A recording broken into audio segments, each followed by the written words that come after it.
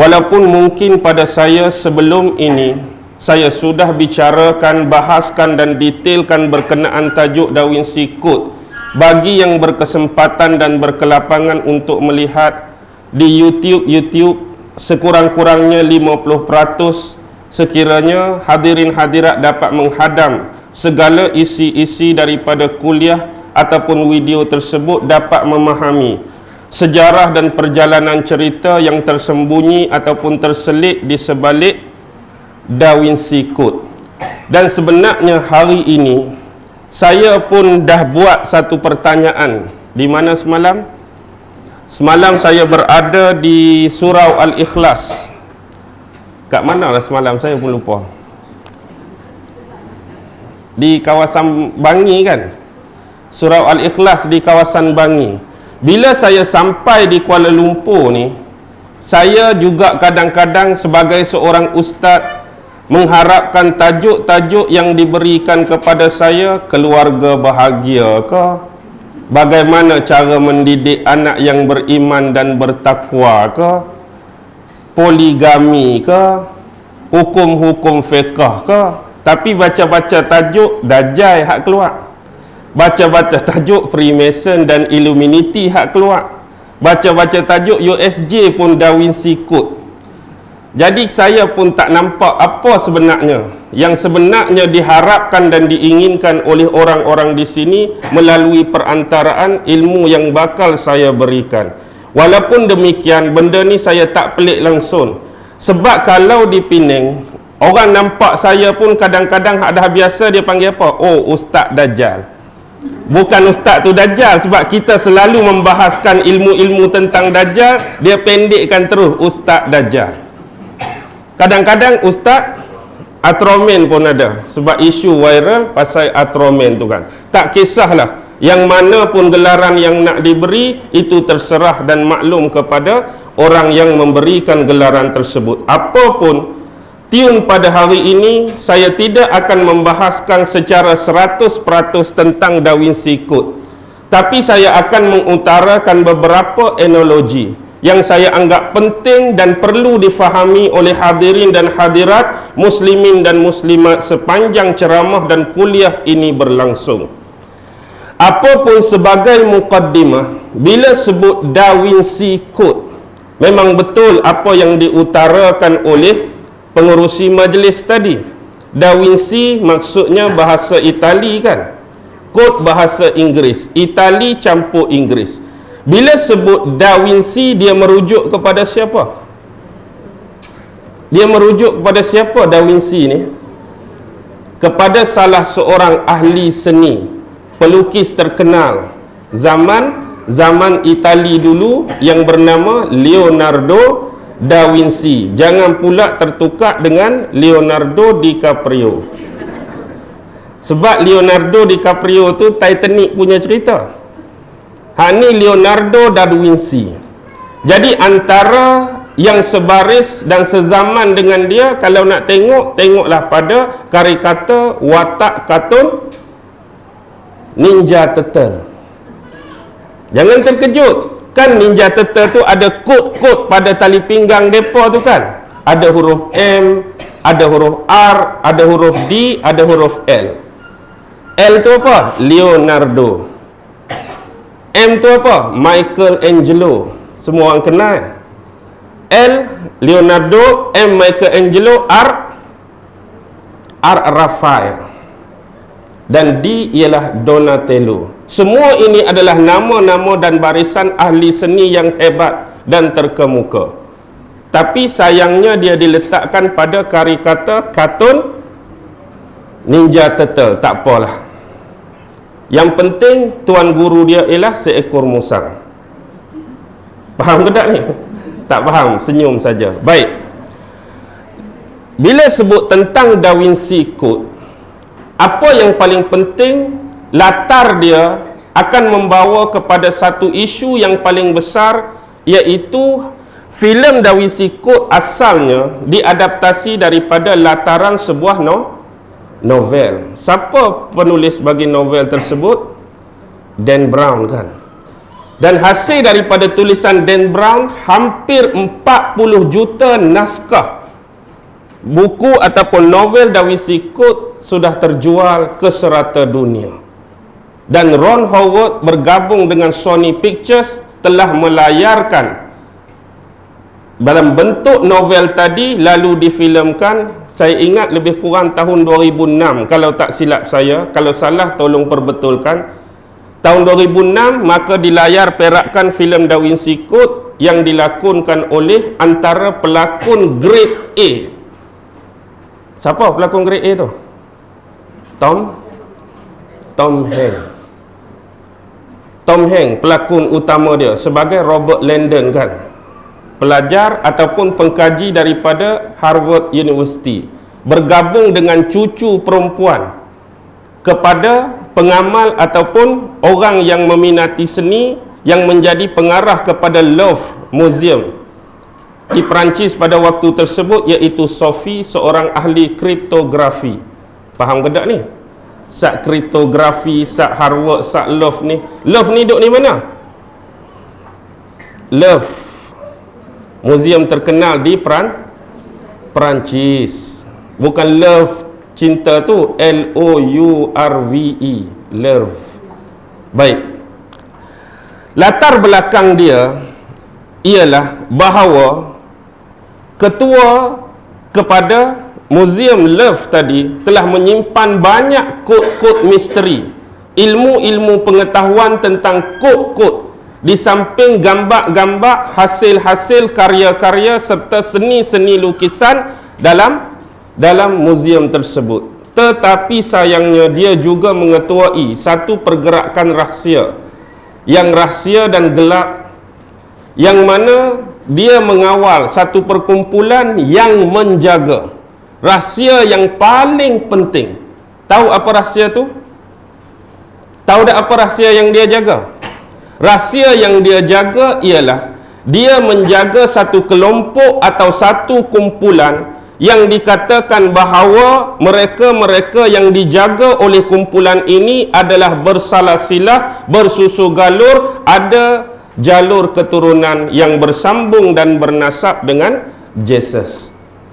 Maksudnya di sini mereka cuba kaburkan kita, mereka cuba kelirukan kita, nak mengatakan bahawa Nabi Isa alaihi salam alias Jesus itu pernah mempunyai hubungan dengan seorang perempuan yang menyebabkan perempuan ini mengandung dan melahirkan keturunan bagi Nabi Isa ataupun Jesus. Anda boleh terima atau tidak hujah dan kenyataan ini?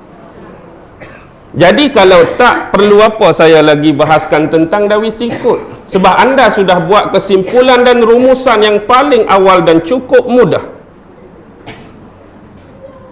Baik, belenggu dia ialah sekarang bila buku ataupun novel ini banyak bermain dengan teka-teki, banyak bermain dengan kod-kod, banyak bermain dengan simbol-simbol, terutama yang dilakarkan oleh Da Vinci sendiri.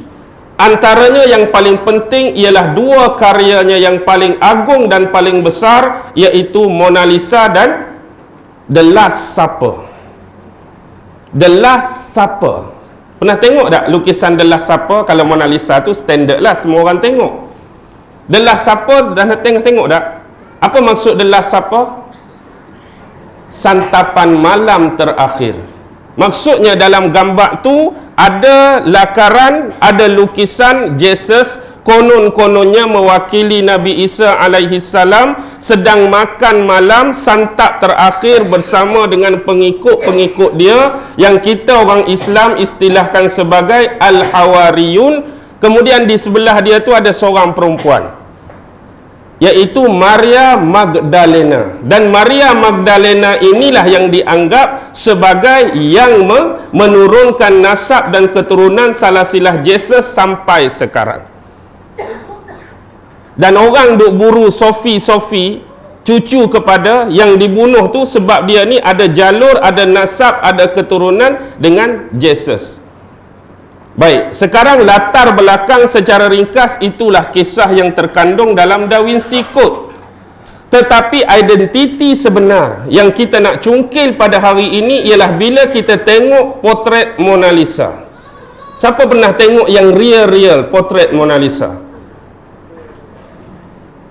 Siapa pernah tengok betul-betul? Saya akui saya tak pernah tengok dalam gambar je. Dan saya juga kadang-kadang dengar lagu potret Mona Lisa. Dulu kan kumpulan Wings, album Teori Domino 1990 tu,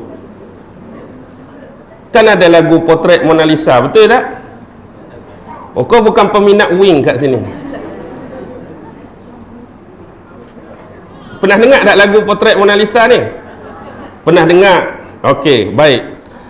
Kita pernah dengar lagu potret Mona Lisa dan pernah tengok gambar Mona Lisa walaupun bukan hak sebenar, bukan hak nyata. Tapi bila kita lihat karakter Mona Lisa tu, apa gambaran yang hadirin hadirat muslimin muslimat boleh rumuskan? Apa yang menarik pada lukisan ni sebenarnya? Dia cuma gambar seorang perempuan.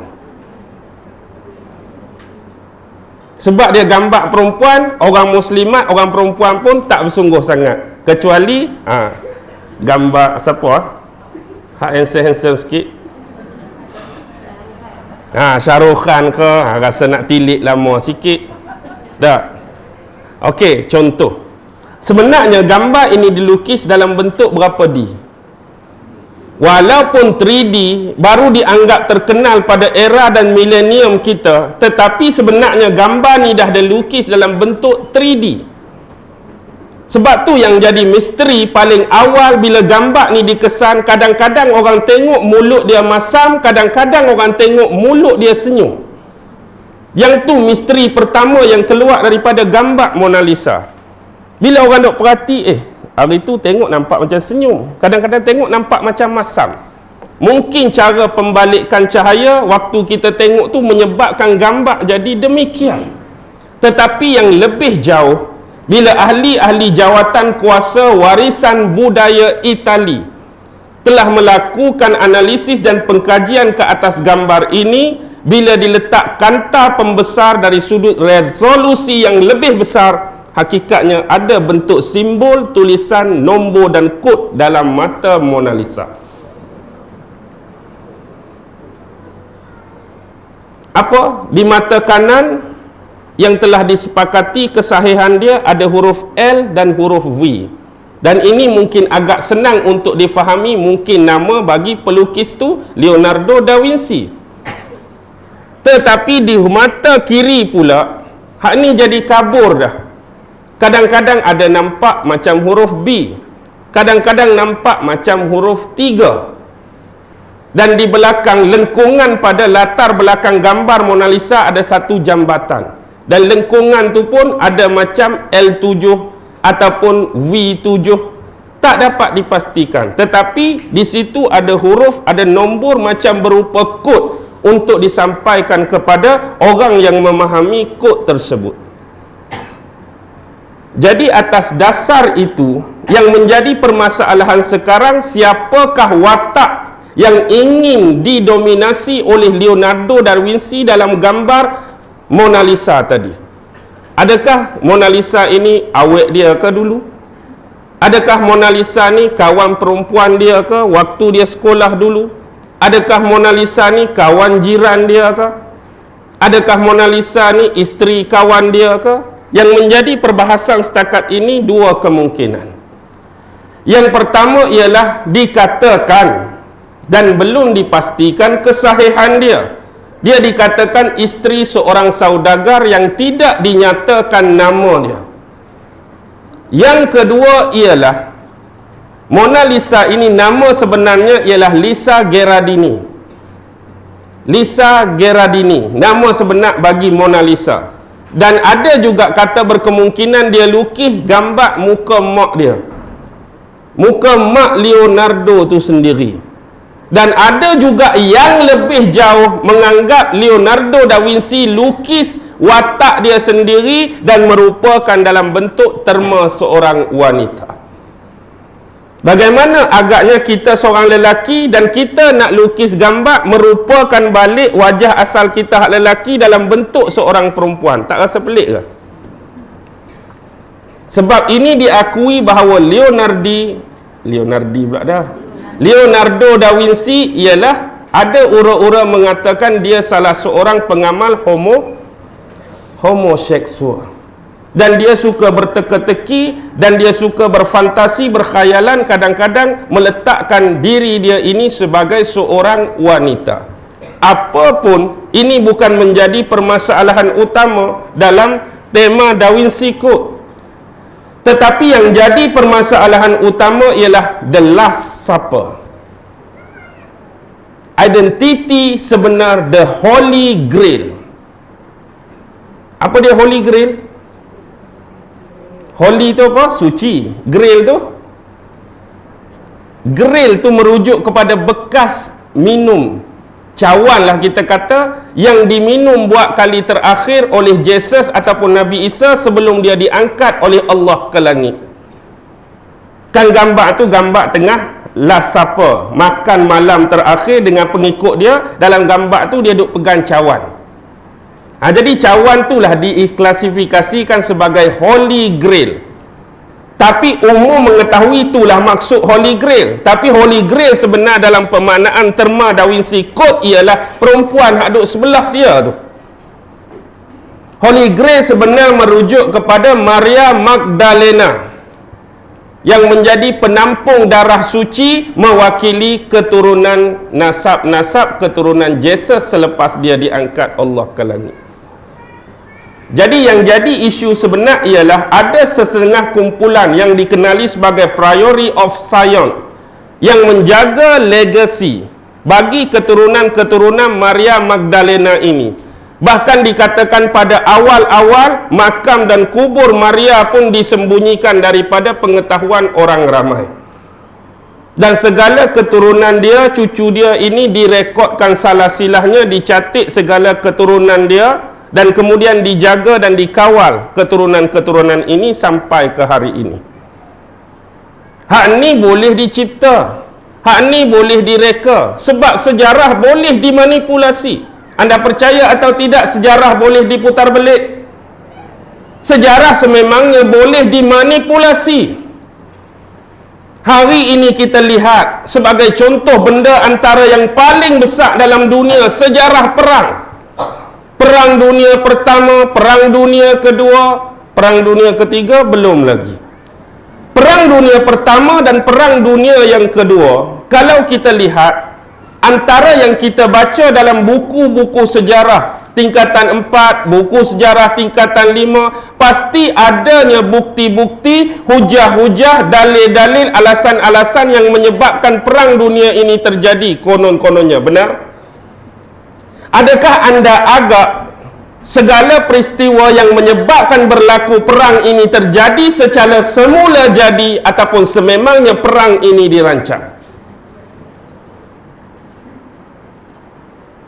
Perang ini sememangnya dirancang atau tidak? Dan anda anggap Perang Dunia Ketiga yang bakal berlaku di akhir zaman pada bila-bila masa itu juga akan terjadi secara semula jadi? Atau sememangnya sudah ada tangan-tangan yang merancang akan berlakunya perang tersebut? Kalau kita menyebut perang akan berlaku, sedangkan ilmu kita di luar daripada jangkaan perang itu lebih awal akan berlaku, maksudnya ada perancangan atau tidak? Dengan bahasa yang mudah, kalau kita hari ini berani sebut selepas Perang Dunia Ketiga akan ada Perang Dunia Keempat tanpa kita ketahui pun asal usul, agak-agak dia semula jadi atau rancangan. Boleh nampak tak ni? Lepas keempat ada kelima. Benda tak tahu ke mana lagi, tapi sudah macam ada detect dan sudah dirancang, maksudnya ada perancang. Dan kita pun faham, beriman dan berkeyakinan kalau kita sebagai perancang yang hebat, tapi kita beriman Allah lah sebaik-baik perancang. Kembali kepada Holy Grail. Yang ini yang jadi permasalahan sekarang. Bila sebut tentang Jesus, dia hanya melibatkan 3 agama samawi besar. Dalam konteks Hindu mereka tak bincang pun pasal Jesus. Dalam konteks Buddha mereka tak bincang pun pasal Jesus. Dalam konteks agama lain mereka tak bincang pun pasal Jesus. Ini secara khusus. Tapi kalau secara umum, ramai di antara kalangan penganut-penganut agama, bahkan yang lebih tinggi otoriti dan integriti dari sudut ulama-ulama dan cendekiawan besar dalam pelbagai agama, menantikan the truly Messiah di akhir zaman. The truly Messiah maksudnya akan datang, akan lahir seorang juru selamat yang sebenar di akhir zaman. Ini secara umum boleh diakui. Maksudnya orang Hindu pun menunggu kedatangan juru selamat di akhir zaman. Buddha pun menunggu. Agama tu pun tunggu. Agama ni pun tunggu. Tapi bila membicarakan dalam ruang skop Jesus alias Nabi Isa alaihi salam, dia hanya melibatkan 3 agama samawi ataupun diklasifikasikan sebagai 3 agama Abrahamite. Tahu tak Abrahamite itu apa? Agama-agama keturunan Nabi Ibrahim lah. Agama Yahudi, agama apa lagi? Agama Kristian, agama Islam. Baik. Bila kita masuk dalam konteks Jesus, apa pandangan Yahudi tentang Jesus? Lah ni kalau tanya orang Yahudi, akidah dan keyakinan dia tentang Jesus apa dia? Bagi akidah orang-orang Yahudi, riwayat Jesus telah lama tamat. Jesus bagi mereka dah tak ada. Jesus bagi mereka dah lama wafat. Jesus bagi mereka dah lama mati. Sebab dahulu pembesar-pembesar Yahudi lah yang bersekongkol dengan Maharaja Rom untuk memfitnah siapa? Memfitnah Nabi Isa, memfitnah Jesus, Yahudi sendiri, dan menyebabkan berlakunya peristiwa penyaliban Jesus walaupun tu hakikat bukan Nabi Isa yang sebenar. Dan orang Yahudi beranggapan Jesus dah tamat riwayat, Jesus dah wafat, Jesus dah mati di tiang salib. Mereka tak perlu membincangkan hal Jesus lagi dari sudut pandang sisi agama mereka. Tetapi mereka juga hakikatnya menunggu seorang juru selamat di akhir zaman. Tapi yang mereka tunggu bukan the truly Messiah, but is a false Messiah. Bila sebut false Messiah, siapa? Dajjal. Bila sebut tentang Dajjal, suka saya nak sebut beberapa perkara. Ini dalam bentuk teka-teki dan pertanyaan, saya tak akan bagi jawapan. Kalau anda melihat apa yang berlaku di Israel sekarang, apa anggapan anda bila lihat perkara ini? Adakah dia satu musibah? Adakah dia satu hukuman daripada Tuhan? Atau sememangnya ini dirancang? Agak-agak yang mana? Musibah ke? Musibah ustaz, bola api dari langit turun, terbakar habis semua ni. Meletup reaktor tu, meletup bangunan ni, meletup reaksi tu, meletup pasaraya ni. Tapi ingat satu benda. Bila kita lama bernaung di bawah bidang ilmu fitan ni, kadang-kadang untuk menerima satu-satu peristiwa atau event mengajar kita berfikir panjang. Kalau kita lihat latar belakang kejadian, baik, kita nak ambil kira kalau dia tu musibah daripada Allah, itulah musibah. Tapi api sekarang sudah berhenti atau belum? Api itu sekarang sudah berhenti atau belum? Ustaz Aizil, berhenti ke belum lagi? Belum lagi. Dia masih di kawasan Israel atau sudah memasuki Palestin? Masuk dekat Palestin ke belum lagi? Berita yang paling latest sudah masuk Palestin atau belum? Ini yang saya takut dan ini yang saya bimbang. Sebab desas-desus paling awal mereka sudah banyak mengeluarkan orang-orang Israel keluar daripada bumi Israel secara tersusun dan terancang. Dan antara tujuan lain, yang ni saya sebut awal-awal belum dipastikan kesahihan dia. Cuma ada desas-desus, ura-ura mengatakan demikian. Dari sudut pembakaran ini yang mereka nak sebenarnya agar dia merebak masuk ke dalam kawasan Palestin. Dan orang Palestin juga akan menerima nasib yang sama. Ini adalah dipanggil pembersihan secara besar-besaran sebelum menunggu kedatangan sang penyelamat yang ditunggu-tunggu. Ini hanya spekulasi. Mungkin daripada sesetengah yang mengamati perkara ini dari sudut teori.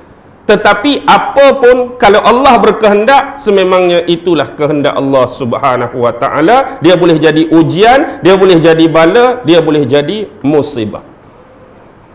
Baik.